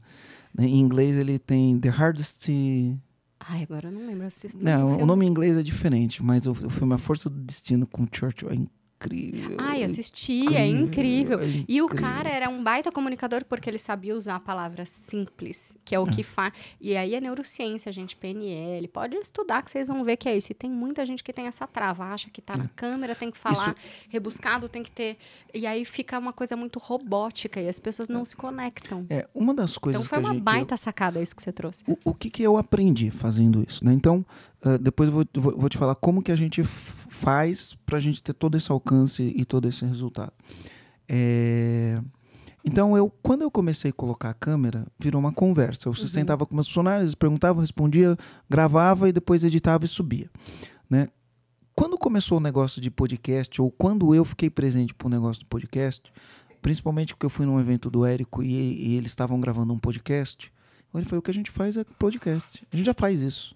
Porque eu sento com meus funcionários e fico gravando, falando. Falei, vamos fazer um podcast. Vamos fazer com intencionalidade. Isso. Aí tem uma coisa também que você tinha perguntado, que para mim é um princípio. Muitas vezes a gente vai fazer um negócio para ver se dá certo. Não é essa a mentalidade. A mentalidade é, eu vou fazer esse negócio até dar certo. Porque às vezes você vai fazer uma coisa, você vai começar a gravar conteúdo, vai começar a divulgar, vai começar a impulsionar e dá errado. É um mantra na minha vida. Aí dá um errado. Aí você olha e fala, eu fiz isso, não funciona. Aí você para de fazer. Não. Deu errado? Então eu vou fazer até dar certo. O que eu preciso melhorar? Posso dar um exemplo? Então eu aprendi isso. Então a gente tem que fazer até dar certo. O que aconteceu comigo lá atrás? Eu comecei a fazer, comecei a receber crítica e eu parei. Eu não me adaptei, eu não melhorei. Aí com o tempo, depois que eu tomei as pancadas, eu adaptei. Eu continuei fazendo, não parei de fazer e fiz num jeito que era o jeito que mais se encaixava com o meu jeito de ser. Que mais se encaixava com a minha essência, né? Que era trocar ideia e gerar valor. E eu tô fazendo do meu jeito. Ó, eu já tive casos... Ou seja, você começou a trabalhar na sua essência. Olha que legal. Eu já tive casos de pessoas que falam que não conseguem produzir conteúdo. Eu tô no Zoom com a pessoa, ela fala, mas eu não consigo produzir conteúdo. Eu falei, beleza, legal. Então me fala aí, o que você faz? Aí a pessoa fala o que ela faz. E eu falo, quem que é teu cliente? A pessoa fala quem que é o cliente. E eu falo, por que a pessoa tem que comprar de você e não tem que comprar teu cliente? E a pessoa fala, o que é diferencial na sua empresa? E eu tô ali no Zoom. E a pessoa tá falando tudo. Aí, beleza. Aí acaba a conversa, a gente continua ali, aí eu peço pra alguém do meu time editar, aí a gente edita aquilo, e aí fala, deixa eu te mostrar uma coisa. Aí eu mostro a pessoa o que ela falou. E na hora que eu mostro, a gente joga edição, joga som, faz pá. No fim, essas paradas todas. Quando a pessoa olha, ela nem acredita. Eu falo, é isso, ó. Você já tá com conteúdo aqui. Já gerou conteúdo. E, eu tenho vários, assim, um melhor que o outro. Né? De pessoas que eu não gosto. Eu falo, então tá, vamos conversar. E a pessoa tá falando. Então, era isso que a gente fazia. Isso é um outro insight, anota aí, que é achar o jeito que você se sente confortável para gerar conteúdo. Na Rugido, por exemplo, tem cliente que a gente faz corte de palestra, que a gente faz corte de... Porque a pessoa não se sente confortável de sentar e gravar um vídeo por Reels, por exemplo. Tá tudo certo. A gente tem que achar o jeito, né? Eu não gosto de estar nos stories. Tá bom, então rasga dinheiro, porque Adam Mosseri, o cara do Instagram, acabou de falar que eles criaram lá os canais de transmissão no direct, porque hoje em dia no Instagram, por exemplo, as pessoas consumem conteúdo no direct e nos stories. O feed é só para registrar. Então, se você não tá nos stories, você tá rasgando dinheiro. Hoje, por exemplo, eu tô praticamente rasgando dinheiro, porque eu só tenho um story aqui. Mas como é que é o jeito que você se encontra confortável de estar nos stories? De repente, você não precisa aparecer tanto. De repente, você pode colocar alguém da sua empresa para gravar, que é o que a gente chama de over my shoulder, que é o que você faz, né? Porque não tem aquela coisa de parar e gravar. Tá tudo certo, mas tem que encontrar o seu jeito. Por exemplo, né, tem muita gente que usa o marketing de ostentação, fica mostrando o que tem, eu não gosto. Não é meu estilo. Também não. Né, eu não gosto. Uma vez um amigo meu chegou e falou assim pra mim, Marcelo, o que aconteceu? É o arquétipo do governante, né? Enfim, tem gente que expõe. Eu acho que não, é desnecessário, né? Mas uma vez um amigo chegou e falou, pô, Marcelo, eu nunca mais vi você com sua Porsche. O que aconteceu? Vendeu a Porsche? Eu falei, cara, você não vai ver eu com minha Porsche. No dia que ela chegou, eu fiz um post. Eu lembro. Cara, mas aí tem um contexto. Foram 49 anos. Eu fiz um post. É diferente, tem um Foram contexto. 49 anos. Alguns conseguem muito antes. Para mim demorou, mas eu valorizo cada passo da minha jornada até comprar essa 911. É a única vez que eu postei, foi no dia que chegou. Eu não fico mostrando ela no dia a dia. Mas tem pessoas que gostam de mostrar. Então o que se adequa com o teu estilo é o que você vai fazer. Você não precisa fazer coisas que não combinam com você. Tem que respeitar porque na internet você tem que ficar fazendo isso. Você tem que mostrar teu prato de comida. Cara, não tem uma coisa que me dá um bode, é isso. A pessoa que fala, não, porque você tem que mostrar as bolsas de grife, porque você tem que gravar com um copo a taça de cristal. Gente, qual é a tua essência? Cada um tem uma essência. Tanto que quando a gente fecha com uma empresa, a gente vai atrás, qual que é a essência dessa empresa, desse empresário, então tá, beleza, vamos usar esses arquétipos. Porque, por exemplo, se eu tivesse que usar o arquétipo do governo, eu tava ferrada, porque não combina comigo. Tem coisas que eu valorizo muito mais. Eu valorizo muito mais a experiência, por exemplo, e eu até gosto de grife, por exemplo, mas não desse jeito. Então, qual que é a sua essência? Isso que você falou é muito importante, porque muita gente trava aí no ouvir os outros falando que na internet tem que. Não tem que nada. Não tem que nada. Você tem que respeitar quem você é antes. Isso aí. Você quer ver uma coisa? Quando eu comecei a fazer treinamento, eu tinha uma referência que era o Rodrigo Cardoso. Um amigo meu, gente boa. Ele é muito bom, sabe? Ele é muito bom, muito bom. E ele é bem low profile, né? Assim, o Rodrigo... Hoje mas na época ele era o Tony Robbins do Brasil, sabe? E aí, eu olhava o Rodrigo e eu queria ser igual ao Rodrigo. Mas, cara, ele é totalmente diferente de mim, ele tem uma outra energia, ele fala alto, ele tem outro jeito de fazer as coisas, né? E eu falo calmo, falo baixo, falo devagar, igual vocês estão. Essa é a minha essência. E aí, quando eu ia dar o treinamento, eu queria fazer igual o Rodrigo e não sei o quê. Eu me sentia muito desconfortável. E você sabe que a audiência sente isso, né? Sente. E aí, de novo, quebra de confiança, né? Inconsciente, PNL. E aí, o que eu entendi? Eu entendi que na minha essência, do jeito que eu falo devagar, calmo, tem um monte de gente que fala, cara, eu gosto de você, porque você fala de um jeito calmo, me dá uma tranquilidade ouvir você. E tem gente que olha e fala, cara, eu não gosto de ouvir você, e é isso. E tá tudo certo. Vai ter gente que não vai se conectar. Tem gente que gosta, tem gente que não gosta, esse é meu jeito, é minha essência, eu gero valor usando a minha essência. Então, eu comecei a fazer isso, começamos a gravar o podcast, e aí o negócio explodiu, né? Porque o fundamento é eu gero valor, eu entrego ouro, eu falo como eu... Aqui eu tô falando o que eu faço, eu tô falando como que eu gravo, eu tô falando, né, como que eu fiz, quem eu contratei, como... enfim, os livros que eu li, a gente tá entregando, gerando isso. E aí isso fez o negócio bombar. Então, ó, fundamento. Você está no marketing, tem que produzir conteúdo. E outra coisa que eu vejo que é um diferencial seu, até hoje, porque assim, tem o delegar e tem o delargar, né? É. Você delega a sua comunicação, você tem uma equipe interna que toca isso, mas você está sempre Eles presente. têm um processo que eles chegam. Preocupado, vamos testar isso, você continua estudando, você é uma pessoa ativa, você não delargou, tipo, tá bom, faz aí minha comunicação, não precisa aparecer nos stories, não preciso aparecer para gravar mais podcast, não. Então, isso é muito legal, porque tem que ser uma parceria, e principalmente em comunicação, o empresário tem que estar presente. Não tem jeito. Conhece o Henrique Carvalho? Claro, Henrique sim. Carvalho, do Viver de Blog. Sim. Outro dia ele fez lá um post lá, achei muito interessante. Ele falou, eu ficava fazendo vídeo, porque todo mundo tinha que falar que fazer vídeo. Me sentia muito mal, eu sou tímido e não sei o quê. E eu entendi o seguinte, eu sou bom em escrever. Parei de gravar vídeo, parei de fazer esses negócios e eu escrevo. Ele produz o conteúdo dele, porque ele é bom de escrever, ele gosta de escrever, ele ama de escrever. Sim. E o conteúdo dele é escrito e pronto, e tá funciona. Tudo certo. É a essência dele, a gente tem que colocar a nossa essência, né? Qual que é a nossa essência? E tem gente, o Ícaro de Carvalho, por exemplo, os stories dele são tipo texto, e explode, né? O Wesley Delanogari. Também. Né? Também, ele arrebenta. Então, qual que é a tua essência? Então, aí foi isso. Comecei a fazer de um jeito que estava na minha essência. Aí fica fácil você manter consistência. Você não faz para dar certo, você faz até dar certo. Deixa eu dar um exemplo do fazer... Porque muitas vezes as pessoas não percebem, né? Eu tentei fazer isso, não funcionou. É o que eu mais ouço.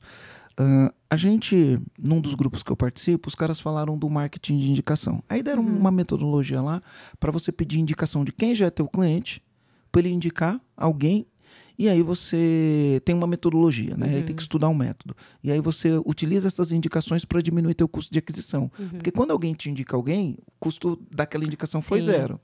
Né? Então, se você vende para essa pessoa, você não teve custo de aquisição. Então, beleza, faz sentido, vou colocar no meu negócio. Aí, 20 dias atrás, eu fiz um evento, tinha 300 empresários, eu peguei e fiz. Falei, pessoal, o negócio é o seguinte, é desse jeito, segui o script e falei, vou colocar um link no grupo do WhatsApp e eu vou pedir para vocês indicarem pelo menos 3 amigos. Sabe quantas indicações teve? 0. Sério? 0. E qual foi o... 0. Não sei. A comunicação foi boa, foi tudo, coloquei o link no grupo, 0. Aí... O que muita gente faz? Eu fiz, não dá certo. É o que muita gente faz. Eu fiz e não dá certo. Aí não faz nunca mais. Né? Aí, 15 dias depois, eu ia ter um outro evento. Eu ia ter 190 empresários nesse evento. Aí, o que eu fiz? Em vez de jogar o link no grupo do WhatsApp, eu imprimi uma ficha. Na ficha, o cara tinha que colocar o nome dele, o telefone dele, os dados dele. E no verso, ele tinha que preencher. E aí, num momento do evento, eu parei o evento e falei... Usei o mesmo script, não mudou nada. Mesmo script. Pessoal, vocês gostariam que um amigo de vocês estivesse passando pela mesma experiência? Todo mundo falou gostaria. Eu falei, então agora você tem a oportunidade de fazer isso. Vou distribuir as fichas, vou dar 5 minutos, preencha aí, coloca o nome e telefone, já pega teu celular, já vê o telefone do teu amigo, já manda uma mensagem para ele falando que eu vou entrar em contato com ele, preenche o negócio, daqui 5 minutos eu passo para recolher. 200 e tantas indicações. E você entendeu o que você tem que fazer até dar certo, não fazer para dar certo? Porque eu podia, na primeira porrada, falar, não funciona para mim. Com certeza. Né? Mas eu fiz. Então, é isso. Foi a mesma coisa no marketing. Teve um monte de coisa que eu parei de fazer, como produzir vídeo. Não dá certo para mim produzir vídeo. Parei de fazer. E depois eu voltei a fazer. E aí eu fiz adequado ao meu negócio. Aí tem o lance da comunicação. Qual que eu acho que é um grande diferencial nosso? Né? Qual que eu acho que é um grande diferencial? Quando a gente vai falar de gestão, né, tem muitas empresas e está tudo certo, assim, porque cada um tem um público-alvo específico. Mas hoje, quando a gente vai falar de inovação, né, tudo que é inovação tem uma referência fora do Brasil, né? E aí as referências fora do Brasil têm uma linguagem específica. O pessoal usa um nome técnico, é growth, enfim, tem um monte de coisa. O jeito de se comunicar nesse ambiente é uma linguagem que você mistura o inglês com o português, fala nomes difíceis, fala esse tipo de coisa. O que eu entendo? Eu entendo que a maioria dos donos de pequenas e médias empresas brasileiras, eles não entendem essa comunicação. Não. Eles não entendem. Tem negócio em comunicação que a gente chama mapa de palavras. E no mapa de palavras desse cara que é pequeno, não tá growth, não tá... Até lead. Lead é uma conversa exato. que pra gente é tão natural, porque a gente fala de lead e o tempo se inteiro. você usa as palavras-chave erradas na comunicação com uma audiência e vice-versa, né? A gente passa isso. Isso faz parte de posicionar uma marca no digital, por exemplo, ou usando conteúdo.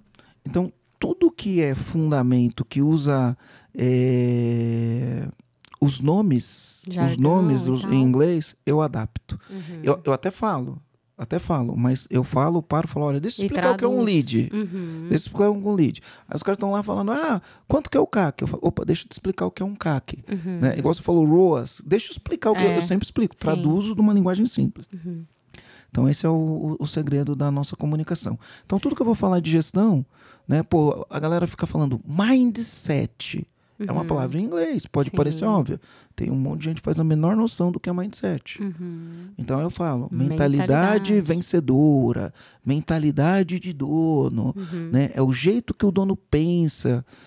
E aí eu vou traduzindo as palavras, porque a minha comunicação tem que ser uma comunicação muito simples. clara. Sabe qual é o maior feedback que eu recebo? Marcelo, eu gosto de ouvir você porque eu entendo tudo o que você fala. Uhum. Esse é o feedback. E aí, se você quer se conectar, por exemplo, com o dono de grande empresa, e se você não usar esses jargões, provavelmente você não vai se conectar com o CEO, com o executivo, um diretor, né? Enfim. Então, tudo... não tem uma receita só, né? Não. Tudo você tem que... E é o que você falou, tem que testar até dar certo. E quando eu estou num ambiente, por exemplo, se eu for conversar com você, eu vou usar essa linguagem. A linguagem, Sim. né? Vou falar um monte de palavra em inglês. Aqui tem que ser outra coisa. Vou usar a linguagem quando eu estou com você. Né? Não é que eu não devo usar nunca a linguagem. Vou usar a linguagem, porque se eu estou nessa comunidade, nessa tribo, a gente se comunica dessa maneira. Sim. Mas quando eu estou conversando com a minha comunidade, com a minha tribo, eu sei como eles se comunicar com eles. Então, eu preciso ter a flexibilidade de me adaptar aos ambientes onde eu estou. Verdade. Né? Eu preciso ter flexibilidade. Então, por exemplo, se você for trabalhar no mundo dos investimentos, do M&A, do equity, M&A e equity. Já tem um monte de gente que não sabe o que é M&A. M&A é fusão e aquisição, quando uma empresa compra outra.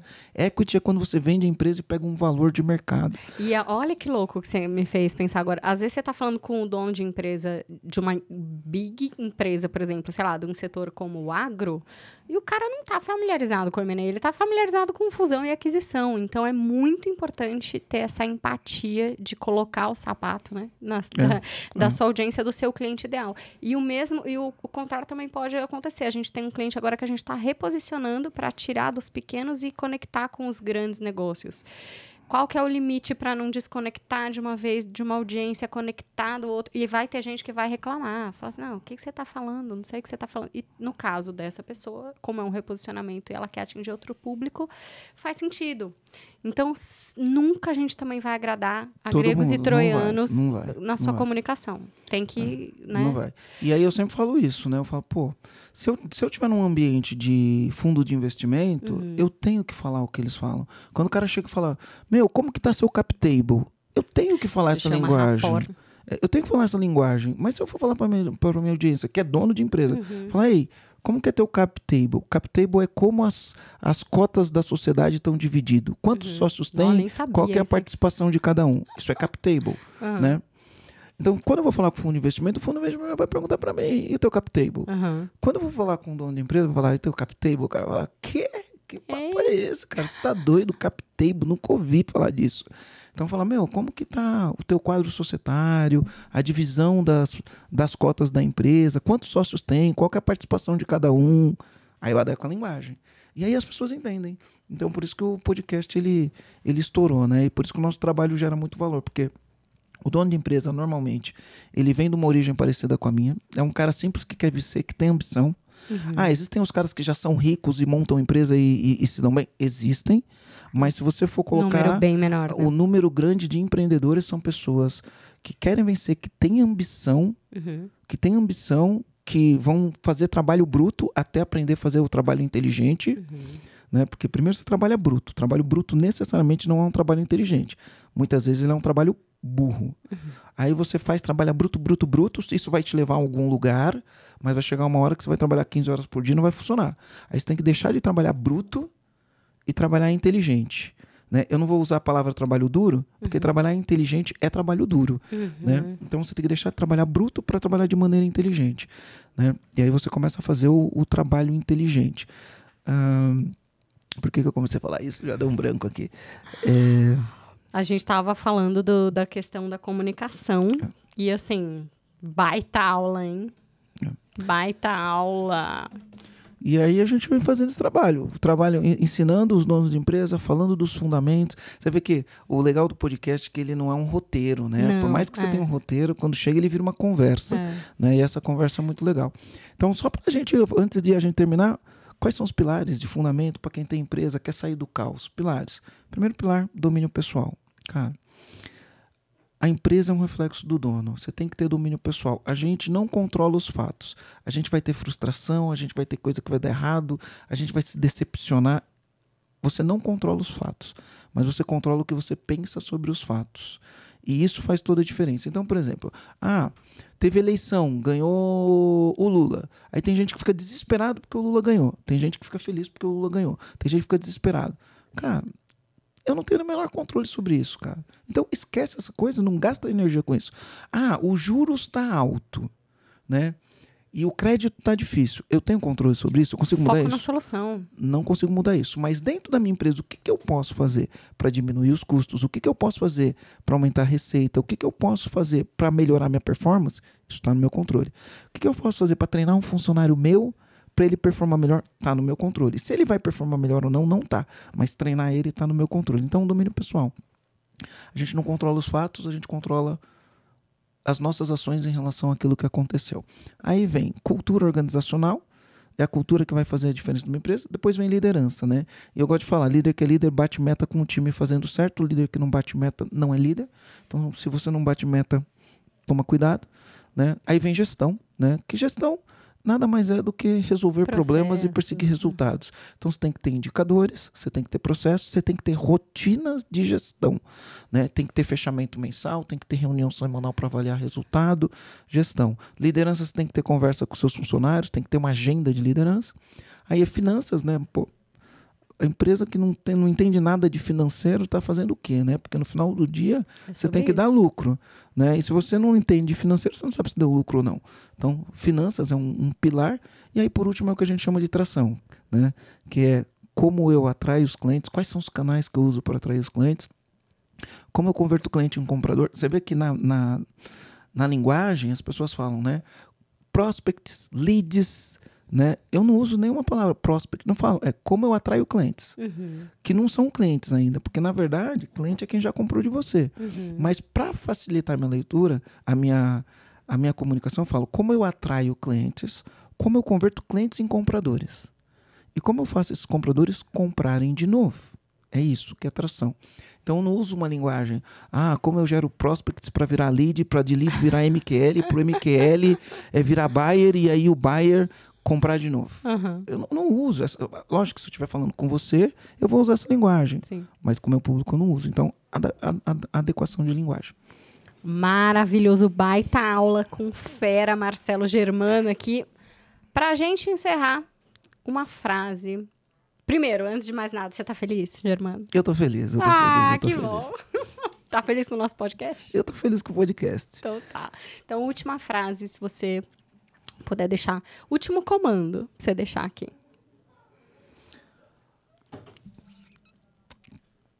No final do dia, a empresa é um reflexo do dono. Olha pra tua empresa. Tá feliz com a tua empresa? Legal. Não tá feliz com a tua empresa? É um reflexo do dono. Né? Então você precisa... Você tá feliz? Continua fazendo o trabalho que você tá fazendo. Se você não tá feliz com o resultado da tua empresa, olha pro ativo mais valioso da sua empresa. Né? Que é o ativo que vai fazer a tua empresa gerar mais resultado. É você. Né? Invista em você. Olha para você. Melhora quem você é. Quem você precisa se tornar. Né? Quais as atitudes você deve ter. Como você deve tratar as pessoas. Como você deve envolver as pessoas. Como você deve entregar aquilo que você prometeu. Né? Para você ter os resultados que você tanto sonha. Que você tanto deseja. Então, a empresa é um reflexo do dono. Obrigada pela presença, por estar aqui. E, olha só, não esquece de seguir a gente, de ir lá conferir Marcelo Germano. Como que as pessoas te acham? Fala aí, eu sei porque eu sigo em todas, né? É @MarceloGermanoEAG, tá? Pode também seguir @Empresa Autogerenciável ou dar um Google aí, podcast Empresa Autogerenciável, você vai ter, enfim, muito conteúdo lá. Já assina o Rugido Cast, se você ainda não assinou, você entendeu por que você tem que assinar, né? Depois do podcast de hoje. Já assina o EAG também, que vai ser uma virada de chave atrás da outra. E eu te espero no nosso próximo episódio. Valeu! Valeu!